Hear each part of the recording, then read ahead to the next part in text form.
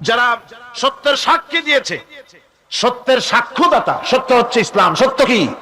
ইসলাম। সত্য হচ্ছে আল্লাহ, সত্য হচ্ছে নবী, সত্য হচ্ছে কোরআন, সত্য হচ্ছে হাদিস। এই মহাসত্যকে যারা স্বীকৃতি দিয়েছে নিজেদের কথা দিয়ে, কাজ দিয়ে, ধন দিয়ে, সম্পদ দিয়ে, এমনকি নিজের জীবনটা এই রাস্তায় বিলিয়ে দিয়ে মহাসত্যের চিরস্থায়ী সাক্ষী দিয়ে দুনিয়া থেকে যারা বিদায় হলেন, ওনারা হচ্ছেন শহীদ। আজ রাস্তাঘাটে শহীদ হয়, যার তার নামের আগে শহীদ বসায় দেয়। শহীদ এত সোজা জিনিস নয়। আল্লাহর রাস্তায়, ধর্মের জন্য, ইসলামের জন্য, আল্লাহর জন্য, কোরআনের জন্য, রাসূলের জন্য যারা জীবন দেন, তারাই হচ্ছে শহীদ।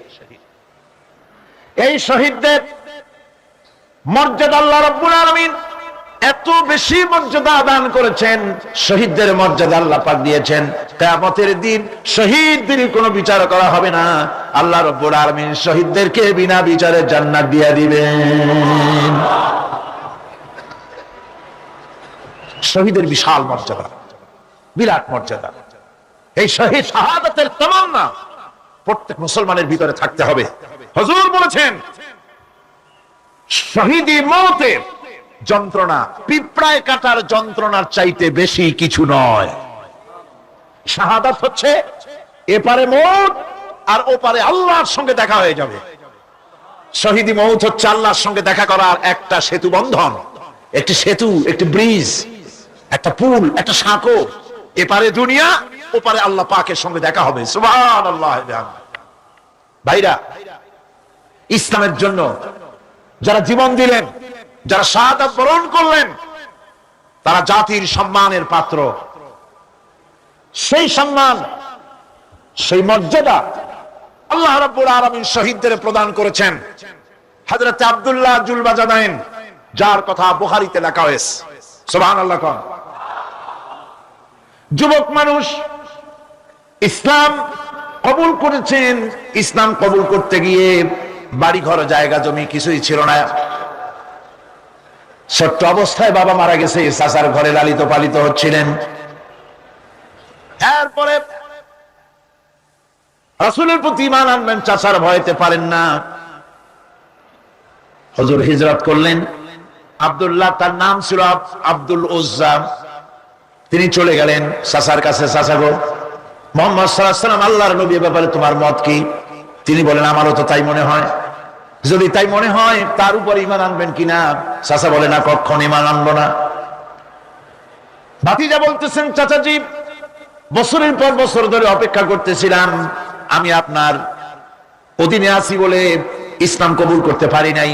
আমার ইচ্ছা ছিল আপনি আগে করবেন, তারপরে আপনাকে দেখা দেখি আমি করব। কিন্তু আপনি যখন ইসলাম কবুল করলেন না, আর করবেন না বলে যখন ঘোষণা দিলেন, আপনাকে উপস্থিত রেখে আমি ঘোষণা দিলাম, লা ইলাহা ইল্লাল্লাহু মুহাম্মাদুর রাসূলুল্লাহ। চাচা বলছে, ভাতিজা, এর পরিণাম জানো? কয় না, জানি না। এর পরিণাম হচ্ছে তুমি আমার বাড়িতে থাকো, আমার বাড়ি ছাড়তে হবে। বললেন, রাজি আছি। উট, ছাগল, ভেড়া, ঘোড়া যা দিছি ছাড়তে হবে। বলছে, রাজি আছে। চাচা বলছে, শুধু তাই নয়, পরনে যে লুঙ্গি আছে, গায়ে যে জামা আছে, আমার পয়সার লুঙ্গি জামা ছাড়তে হবে। ভাতিজা বলছে, ঈমানের জন্য যা চাও সব ছাড়িয়ে দেব। জামা লুঙ্গি খুলে ফেলে দিয়ে দিলেন। হাদিস। তিনি চলে গেলেন মায়ের কাছে। ওই অবস্থায় মা এই যুবক ছেলেকে উলঙ্গ অবস্থায় দেখে দুই হাত দিয়ে নিজের চোখ চেপে ধরেছেন। বাবা, তোমার এই অবস্থা কেন? ছেলে বলছেন, মা, ঈমান আনার কারণে আমার এই অবস্থা হয়েছে। মা বলে, বাবারে, কি চাও আমার কাছে? আব্দুল উজ্জা বলছে, মা, কিচ্ছু চাই না, একটুখানি কাপড় আমারে দাও, আমি বিশ্ব নবী মুহাম্মদ সাল্লাল্লাহু আলাইহি ওয়াসাল্লামের খেদমতে যেতে চাই। মায়ের কাছে পুরানা কম্বল ছিল, কম্বলটা তিনি দিয়ে দিলেন। হযরতে, এখনো তো সে মুসলমান হয়নি, ওই কম্বলটা ছিঁড়ে নিয়ে দুই টুকরা করে কম্বলটা পরলেন, আদাটা, তাতে করে হাঁটু ঢাকে না, আর একটা কোন রকম গায়ে দিলেন। এরপরে হেঁটে হেঁটে কষ্ট করে মদিনায় চলে গেলেন। মসজিদে নববীর ভিতরে ঢুকে দরজার কাছে বসা বিশ্বনবী জনাবে মুহাম্মদুর রাসূলুল্লাহ সাল্লাল্লাহু আলাইহি ওয়াসাল্লাম মসজিদে নববীতে যুবক, হাঁটুর উপরে কাপড়, মাথার চুল উস্কো খুস্কো চেহারা, ক্ষুধার্ত চেহারা। হুজুর জিজ্ঞেস করছেন তুমি কে? তিনি বললেন আমার নাম আব্দুল উজ্জা। তোমার এই অবস্থা কেন? তিনি বললেন হুজুর ঈমান আনার জন্য বাড়ি ঘর জায়গা জমিন উট বাছুর সব হারাইছি, এমনকি পরনের লুঙ্গিও আমারে দেয় নাই, মায়ের কম্বলটা ছিঁড়িয়ে এনেছি। নবীজি আসহাবে সুফফার ভিতরে তাকে বসতে দিলেন, তাকে থাকতে দিলেন, আর বললেন তারে কোরআন শরীফ শিখাবা। আব্দুল উজ্জা কে? হুজুর বললেন তোমার নাম উজ্জা নয়, তোমার নাম আব্দুল্লাহ। হাদিস শরীফে এসেছে আল্লাহর কাছে দুইটা নাম বেশি প্রিয়, একটা হচ্ছে আব্দুল্লাহ আর একটা হচ্ছে আব্দুর রহমান। মুসলমান হলেন, এরপরে আসহাবে সুফফার মধ্যে বসে আছেন, কোরআন শরীফ জোরে জোরে তেলাওয়াত করেন। আসহাবে সুফফা রাসূলের কাছে নালিশ করলেন, অভিযোগ করলেন, হুজুর এই আব্দুল্লাহর কোরআন শরীফ এত জোরে পড়ে, তার চিল্লানির জ্বালায় আমরা বিশ্রাম করতে পারি না। নবীজি বললেন সাহাবীরা আব্দুল্লাহকে বেশি করে চিল্লাইতে দাও, বাধা দিও না, কারণ তার ঈমান বড় দামের ঈমান হয়েছে, ঈমান আনতে গিয়ে কিছু আনতে পারে নাই, তাকে বাধা দিও না, প্রাণ ভরে চিল্লাইতে দাও, জোরে জোরে পড়তে দাও। ইতিমধ্যে তাবুকের যুদ্ধে রণদামামা বেজে উঠেছে। রোমান সৈন্যরা হুজুরের সঙ্গে যুদ্ধ করবে, জিহাদ করবে, ইসলামকে পরাজিত করার জন্য তারা আক্রমণের প্রস্তুতি নিল। নবীজি রোমানদের সঙ্গে লড়াই হবে বলে সাহাবায়ে কেরামদের কাছে সাহায্য চাইলেন, যার কাছে যা আছে অস্ত্রপাতি জমা করো, টাকা দাও, পয়সা দাও। সবাই মিলে দিতে লাগলেন। দিতে দিতে মহিলারা গলার হার, নাকের ফুল, কানের দুল হুজুরের সামনে স্তূপ হয়ে গেছে, টাকা করি সোনা দানা সব শুদ্ধ। হুজুর বলছেন সাহাবীরা সবাই তো সব জিনিস দিলে, আমার আবু বকর রে দেখি না কেন? হযরত আবু বকর রাদিয়াল্লাহু তাআলা আনহু একটা পিলারের আড়ালে দাঁড়ানো ছিলেন। হুজুরের ডাক শুনে তিনি আসলেন, হাতে ছোট্ট একটা থলি, চোখে পানি। থলিটা হুজুরের হাতে তুলে দিলেন। হুজুর থলি ঢাললেন, দেখা গেল কয়েকটা দিরহাম আর কয়েক কেজি গম, আর কিছু না। হুজুর তাকালেন, দেখছেন আবু বকর রাদিয়াল্লাহু তাআলা আনহু চোখের পানিতে দাড়ি ভিজে ভিজে পড়তেছে। হুজুর বললেন আমার সাহাবীরা আজ তোমরা সকলে মিলে যে দান করেছো, সেই দানের তুলনায় আবু বকর যে দান করেছে আল্লাহ রাব্বুল আলামিনের কাছে তার বেশি মূল্য হয়েছে। মনের মধ্যে অনেকের প্রশ্ন জাগলো, কেমন করে তা হলো? আমরা এত এত দিলাম। হুজুর জিজ্ঞেস করলেন, ও সাহাবী তুমি কত দিয়েছো, বাড়ি কত আছে? তিনি বললেন এত দিছি, এত আছে। তুমি কত দিয়েছো, কত রেখে এসেছো? প্রত্যেকে এরকম বলল। হযরতে ওসমান, হযরতে ওমর, হযরত আলী রিদওয়ানুল্লাহ তাআলা আলাইহিম আজমাইন তারাও বললেন অর্ধেক এনেছি, অর্ধেক থুই আসছি, 2 ভাগ এনেছি, 1 ভাগ রেখে আসছি। সব শেষে নবীজি হযরত আবু বকর রাদিয়াল্লাহু তাআলা আনহুকে প্রশ্ন করলেন, আবু বকর তুমি কি এনেছো আর বাড়ি কি রেখে এসেছো? হযরত আবু বকর বলেন ইয়া রাসূলুল্লাহ, ইয়া হাবিবাল্লাহ, আমার বাড়িতে জাগতিক সম্পদ বলতে যা বুঝায় সবটুকু এনে নবীজির কদম মোবারকে দান করে দিয়েছি। আবু বকরের ঘরে এখন আল্লাহ আর তার রাসূল ছাড়া কোনো জিনিস বাকি নাই, যা ছিল সব এনেছি। হুজুর জিহাদে রওনা হলেন 30,000 সৈন্য সাথে, 30 সহস্র সৈন্য নিয়ে নবীজি তাবুকের দিকে চললেন। পথের মধ্যে হযরত আব্দুল্লাহ এসে হুজুরের সামনে দাঁড়ায় গেছেন। আব্দুল্লাহ এসে বলেন ইয়া রাসূলুল্লাহ একটু দাঁড়ান। এই জিহাদে মেয়ে লোক পুরুষেরা সাহাবীরা সবাই প্রাণ ভরে দান করলো, কিন্তু আমি এমন এক বান্দা আল্লাহর কিছুই দিতে পারলাম না। আমার তো দেওয়ার মতো কিছুই নাই হুজুর, আমার দেওয়ার মতো কিছুই নাই। তবে আমি আপনার কাছে দোয়া চাই, আপনি দোয়া করুন আমি যেন এই যুদ্ধে, এই জিহাদের ময়দানে আমি যেন শহীদ হতে পারি। নবীজি বললেন একটু বাকল নিয়ে আসো গাছের। একটা গাছের বাকল আনা হলো। এই বাকলটা হুজুর নিজ হাতে আব্দুল্লাহর হাতে বাঁধা দিলেন আর বললেন রব্বুল আলামিন, আমি আব্দুল্লাহর রক্ত কাফিরদের জন্য হারাম করে দিলাম।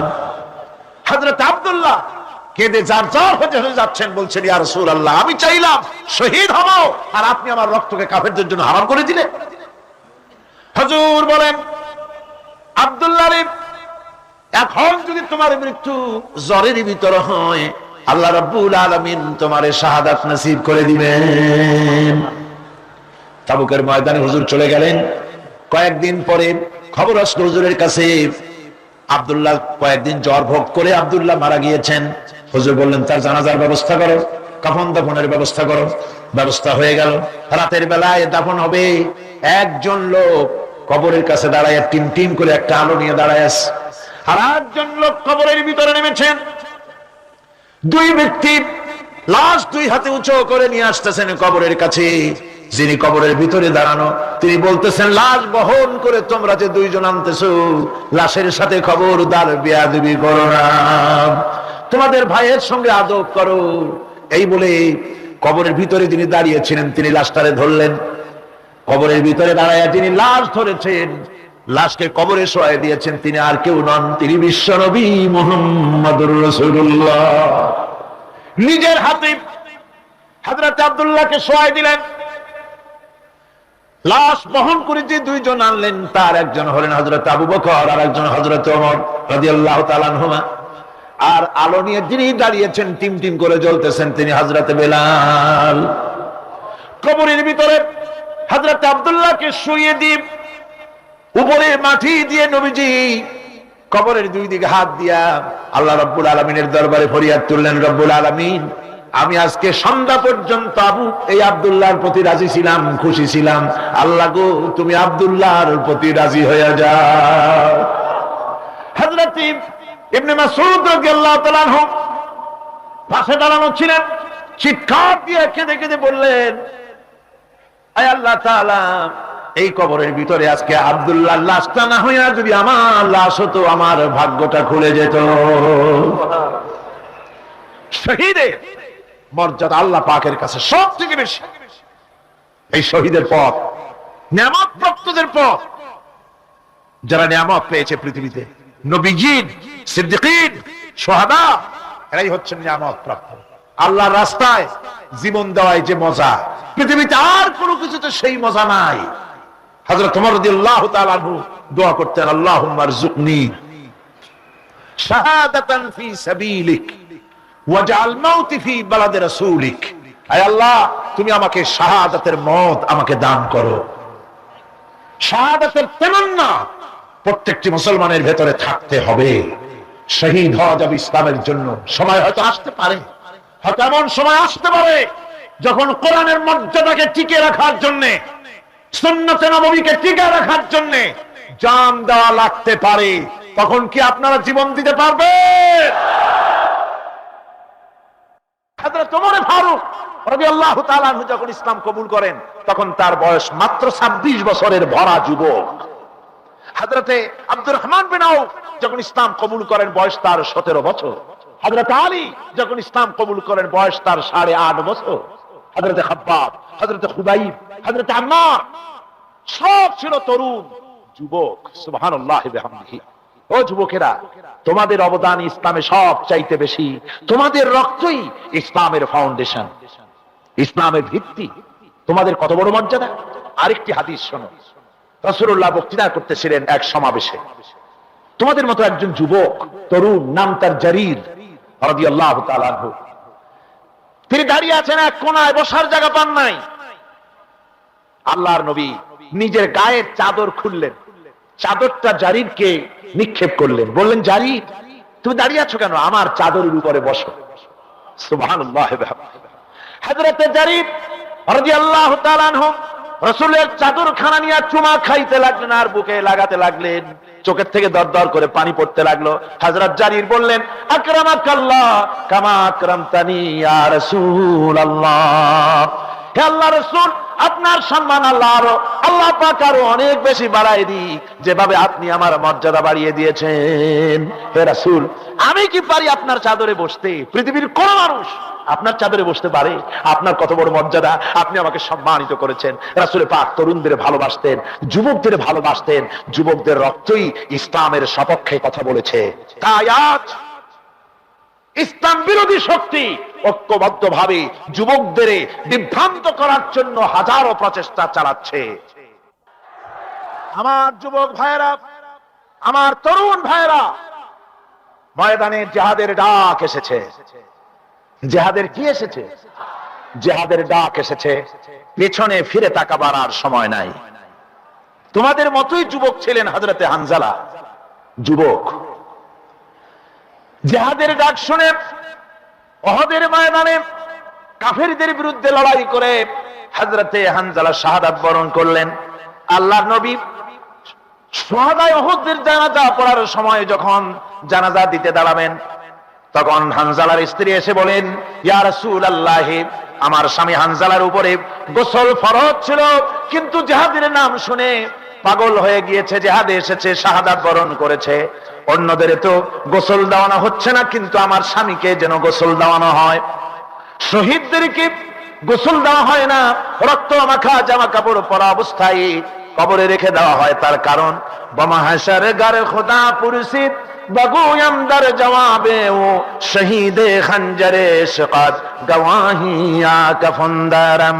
কিয়ামতের ময়দানে শহীদ আল্লাহর দরবারে হাজির হয়ে যাবে ক্ষত চিহ্নগুলো নিয়ে, ড্যাগারের চিহ্ন, খুরের চিহ্ন, বুলেটের চিহ্ন, খঞ্জরের চিহ্ন, তরবারির চিহ্ন, ক্ষত চিহ্নগুলি নিয়ে আল্লাহর দরবারে দাঁড়াবে। আল্লাহ রাব্বুল আলামিন প্রশ্ন করবেন, তোমাদের গায়ে সবে এগুলি কি, তোমরা কারা? তারা বলবে, রব্বুল আলামিন, আমরা তোমার গোলাম, তোমার দ্বীন প্রতিষ্ঠা করার কাজে নিয়োজিত ছিলাম। কাফেরেরা বরদাস্ত করতে পারে নাই, লড়াই হয়েছে, তাদের আঘাত খেয়ে জর্জরিত হয়ে তোমার দ্বীন প্রতিষ্ঠার অপরাধে আমাদেরকে তারা মেরেছে। ওই দাগগুলি নিয়ে আজ তোমার দরবারে হাজির হয়ে গেছি। রব্বুল আলামিন বলবেন, শহীদরে, মা বাপের মহব্বত, সন্তানের মহব্বত, স্ত্রীর মহব্বত তোমার কলিজার মধ্যে জায়গা লাগে নাই, আমাকে বেশি মহব্বত করেছো, সুতরাং আজকে আমি তোমার কোন হিসাব নিব না, বিচার করব না, বিনা বিচারে বিনা হিসাবে তুমি আমার জান্নাতে চলে যাও। হযরতে হানজালার স্ত্রী বলেন, ইয়া রাসূলুল্লাহ, আমার স্বামীকে যেন গোসল করানো হয়। হযরতে রাসূল পাক সাল্লাল্লাহু আলাইহি ওয়াসাল্লাম গোসলের নির্দেশ দিতে যাবেন, এমন সময় হযরতে জিবরাইল এসে বলেন, ইয়া রাসূলুল্লাহ, হানজালার গোসলের কোনো প্রয়োজন আপনাকে করাতে হবে না, কোনো উদ্যোগ নেওয়ার কোনো প্রয়োজন নাই। আল্লাহ রাব্বুল আলামিন হানজালার শাহাদাতে এত খুশি হয়েছেন, যার কারণে আল্লাহ পাক দুনিয়ার কোনো সাধারণ পানি নয়, হাউজে কাউসারের পানি দিয়া আর নূরের তৈরি রহমতের ফেরেশতা দিয়া হানজালার গোসলের বন্দোবস্ত করে দিয়েছেন। যুবকেরা, তরুণেরা, তোমাদের মতোই দুই তরুণ মায আর মুআওয়াজ বদরের যুদ্ধে রাসূলের সামনে হাজির, বলছেন, ইয়া রাসূলুল্লাহ, আমার বাপেরা, আমার বাপ চাচারা সব জিহাদে গিয়েছে, আমরা যেতে পারলাম না, কেউ আমাদের নিল না, মেহেরবানি করে পারমিশন দেন, যুদ্ধে শরীক হই। হুজুর বলেন, না, তোমাদের মতো এত ছোট ছেলে আমি পারমিশন দেব না। কেমনে দেই? ছেলেরা কাঁদতে লাগলো। আল্লাহর নবী বলেন, বেশ, তোমাদেরকে আমি পারমিশন দিব, দুইজন কুস্তি লড়ো, যার গায়ে শক্তি বেশি আমি তাকে পারমিশন দেব। দুইজনের লড়াই শুরু হলো। মুআওয়াজ ছোট, মুআওয়াজ মাদের কানে কানে বলে, ভাই, তুমি তো এক ধাক্কাই আমাকে ফেলে দিতে পারবে, তোমার গায়ে বল বেশি, কিন্তু ভাই, আল্লাহর কসম করে বলি, তুমি আমাকে একবার ফেলে দেওয়ার পর আমি যখন তোমাকে ধরবো, তুমি নিজে ইচ্ছে করেই পড়ে যেও, তা না হলে তো আমি চান্স পাবো না। রাসূলুল্লাহ বুঝতে পারলেন, দুজন কি পারমিশন দিয়ে দিলেন। জিহাদ শুরু হয়ে গেল। জিহাদের ময়দানে তারা অংশ নিলেন। হযরত আব্দুর রহমান বিন আউফ বলেন, আমি এই দুইজনকে দেখে বড় বিরক্ত অনুভব করলাম। এই বিরাট জিহাদের ময়দানে এই দুই তরুণ ছোট ছেলে কেন আসলো? তারা আমাকে কাছে এসে জিজ্ঞেস করলো, চাচাজি, আমরা মদিনার আনসারের ছেলে, আমরা শুনেছি রাসূলুল্লাহকে সবচাইতে বেশি কষ্ট দিয়েছে আবু জাহেল মক্কায়, ওই লোকটারে আমরা চিনি না, একটু দেখায় দেন লোকটা কই। আব্দুর রহমান বিন আউফ বলেন, ওই যে দেখা যায় দূরে, ওইটাই আবু জাহেল। হযরত আব্দুর রহমান বলেন, আমি নজর করে দেখলাম মাজার মুআওয়াজ দুইজন সিংহ শাবকের মতো আল্লাহু আকবার বলে গর্জন করে তারা এগিয়ে চললো। আবু জাহেলকে তারা ঘিরে ফেললো, তরবারি চালাতে লাগলো। আবু জাহেল তার তরবারি চালাতে লাগলো। এক পর্যায়ে আবু জাহেল তার তরবারির আঘাত দিয়ে হযরতে মাযের বাম হাতের পরে কোপ পড়লো, বাম হাতটা কেটে বগলের চামড়ার সাথে একটু ঝুলে থাকলো। এবার হাতটা সামনে ডিস্টার্ব করে বলে হযরতে মাছ তরবারি চালাতে তার কষ্ট হতেছে। আব্দুর রহমান বলেন, আমি নজর করে দেখলাম এবার হযরতে মাছ তার নিজের কাটা চামড়ার সাথে ঝুলানো হাতটাকে নিজের পায়ের তলে চেপে ধরে আল্লাহু আকবার বলে একটা গর্জন মেরে নিজের হাত নিজে ছিঁড়ে ফেলে দিয়া ডান হাতের তরবারি দিয়া আবু জাহেলকে দুনিয়া থেকে জনমের মতো বিদায় করে দিল। আমার তরুণ যুবকেরা, ও তরুণ মুসলমানেরা, যুবক মুসলমানেরা, এই দুনিয়ায় ইসলামের পেছনে কোরআনের পিছনে আল্লাহর দ্বীন প্রতিষ্ঠার জন্য তোমাদের রক্ত সব সময় সাক্ষী, তোমাদের রক্তই কাজ করেছে বেশি। হযরত ইবনে আব্বাস রাদিয়াল্লাহু তাআলা তিনি বলছেন, আমি রাসূলুল্লাহকে বলতে শুনেছি, আল্লাহ নবী বলেছেন, দুইটি চোখকে জাহান্নামের আগুন দুইটা চোখকে স্পর্শ করবে না। একটা চোখ হচ্ছে গভীর রাত্রে যারা আল্লাহর ভয়তে জাহান্নামের ভয়তে যারা কান্দে, জাহান্নামের আগুন ওই চক্ষুকে স্পর্শ করবে না। আর যারা দ্বীন প্রতিষ্ঠার জন্য, আল্লাহর দ্বীন কায়েমের জন্য ময়দানে যারা লড়াই করে, রাতের বেলায় পাহারা দেয়, ওই পাহারারত চোখে চোখের মধ্যে জাহান্নামের আগুন ওই চোখে স্পর্শ করবে না। আমার ভাইরা, হযরত উসমান রাদিয়াল্লাহু তাআলা আনহু বলছেন, মান রাবাতা লাইলাতান ফি সাবিলিল্লাহ কানাত কাআলফি লাইলাতিন সিয়ামুহা ওয়া কিয়ামুহা। হাজার রাত ধরে রোজা রাখলে, হাজার রাত ধরে ইবাদত করলে, আর হাজার দিন ধরে রোজা রাখলে যে সওয়াব হবে, একটা ঘন্টা একটা রাত যদি কেউ পাহারা দেয় আল্লাহর দ্বীনকে প্রতিষ্ঠার জন্য, আল্লাহর দ্বীনের কোন ইসলামী রাষ্ট্রের প্রহরায় যদি কেউ যদি থাকে, একটা রাতে পাহারা দিয়ে যে সওয়াব হবে, হাজার হাজার বছর ধরে নামাজ রোজা করে ওই সওয়াব পাওয়া যাবে না। সুবহানাল্লাহ। অর্থাৎ হাজার বছর ধরে নামাজ রোজা করার মতোই সওয়াব পাহারা দেওয়া আল্লাহর দ্বীনের ইসলামের রাষ্ট্রকে। বন্ধুগণ, রাসূল পাক সাল্লাল্লাহু আলাইহি ওয়াসাল্লাম তিনি বলেছেন, কিয়ামতের দিন জাহান্নামের আগুন আর জিহাদের ময়দানের ধুলি, এই দুটি একসঙ্গে কোন মানুষের পেটের মধ্যে প্রবেশ করবে না। রাসূল পাক সাল্লাল্লাহু আলাইহি ওয়াসাল্লামের একটি হাদিস যা মিশকাত শরীফের মধ্যে বর্ণিত আছে। মিশকাত শরীফের সম্ভবত 336 পৃষ্ঠায় এই হাদিসটি বর্ণনা করা হয়েছে যে হযরত ইবনে আইস রাদিয়াল্লাহু তাআলা আনহু হচ্ছেন এই হাদিসের রাবী। তিনি বলছেন, একবার রাসূল সাল্লাল্লাহু আলাইহি ওয়াসাল্লাম এক ব্যক্তির জানাজায় গিয়ে উপস্থিত হলেন। হযরত ওমর রাদিয়াল্লাহু তাআলা আনহু তখন হুজুরকে বললেন, হে রাসূল, আপনি এই লোকটার জানাজা পড়বেন? এই লোক তো ইসলামের এই ক্ষতি করেছে, সেই ক্ষতি করেছে, অমুক করেছে, এই লোকটার আপনি জানাজা পড়বেন? হুজুর তখন উপস্থিত লোকদের জিজ্ঞেস করলেন, হাজিরিন, তোমরা কি কেউ এই লোকটাকে কোন ইসলামের ভালো কাজ করতে দেখেছো? একজন লোক দাঁড়িয়ে গেলেন, তিনি বললেন, হে আল্লাহর নবী, আমি সাক্ষী, আমি দেখেছি। একটা মুজাহিদ বাহিনী জিহাদ করে ফিরতেছিল, তো এক জায়গায় তারা ডেরা গাড়লো, শিবিরে স্থাপন করলো রাত কাটাবে বলে। আমি দেখেছি এই লোকটি সারা রাত সেই মুজাহিদদেরকে, সাহাবীদেরকে সারা রাত জেগে জেগে পাহারা দিয়েছে। আল্লাহর নবী জানাজার ইমামতি করলেন, আর এরপরে তাকে কবরের মধ্যে মাদফুন করে দিয়ে নবীজি তার কবরের পাশে দাঁড়িয়ে বললেন, ইন্না আসহাবাকা ইয়াযুন্নুনা আন্নাকা মিন আহলিন নার ওয়া আনা আশহাদু আন্নাকা মিন আহলিল জান্নাহ। নবীজি বলছেন, ও কবরবাসী, তোমার সাথীরা মনে করে তুমি জাহান্নামী, আর আমি নবী মুহাম্মদ সাল্লাল্লাহু আলাইহি ওয়াসাল্লাম সাক্ষী দিচ্ছি তুমি বেশক আল্লাহর বেহেশতি, তুমি অবশ্যই আল্লাহর জান্নাতে যাবে। এরপর হযরত ওমরের দিকে ফিরে রাসূলুল্লাহ বললেন, ওমর, মানুষের শুধু বাহ্য দৃশ্যটাই দেখো না, তার অন্তরের জজবাটাকেও কদর করো। সুবহানাল্লাহ। এই জিহাদের ময়দানে যারা কাজ করে, জান দেয়, মাল দেয়, আল্লাহ পাক তাদের উপরে রহম করেন। এই জিহাদ হচ্ছে এক অগ্নি পরীক্ষা। এই জিহাদটা কি? অগ্নি পরীক্ষা। এমনি এমনি বেহেশতে যাওয়া যাবে না ভাই। আল্লাহ রাব্বুল আলামিন কোরআনে কারীমের মধ্যে বলেছেন, আহাসিবান নাসু আইয়ুতরাকু আইয়াকুলু আমান্না ওয়া হুম লা ইফতানুন। লোকেরা কি ভেবেছে নাকি যে ঈমান এনেছি এই কথাটা বললেই আমি বেহেশত দিয়ে দিব, মুমিন বলে সার্টিফাই করব? না, যখনই তারা বলবে আমি মুমিন, আমি তখন তাকে অবশ্যই পরীক্ষা করব, এই পরীক্ষায় তাকে পাশ করতে হবে। কোরআনে কারীমে আল্লাহ রাব্বুল আলামিন অনেক জায়গায় এই কথাগুলি বলেছেন, এমনি এমনি ছেড়ে দেওয়া হবে না। আমি অতীতের লোকদেরকেও পরীক্ষা করেছি, তোমাদেরকেও পরীক্ষা করব। পরীক্ষা না দিয়ে কেউ তোমরা বেহেশতে যেতে পারবে না। এই জমিনে তোমাদের আগুনের পরীক্ষা দিতে হবে। পয়গম্বরেরা কষ্ট করেছেন, সাহাবায়ে কিরাম কষ্ট করেছেন। আল্লাহ রাব্বুল আলামিন তিনি বলছেন, আম হাসিবতুম أن تدخلوا الجنة ولما يأتكم مثل الذين خلوا من قبلكم مستهم البأساء والضراء وزلزلوا حتى يقول الرسول والذين معه متى نصر الله ألا إن نصر الله قريب আল্লাহ রাব্বুল আলামিন বলেন, তোমরা কি মনে করেছো যে তোমরা বেহেশতে প্রবেশ করবে, অথচ তোমাদের পূর্বে যারা এই পৃথিবীতে এসেছিল তাদেরকে আমি যেমন পরীক্ষা করেছি ওরকম পরীক্ষা এখনো তোমাদের উপরে আসে নাই, ওরকম বিপদও আসে নাই, মুসিবতও আসে নাই।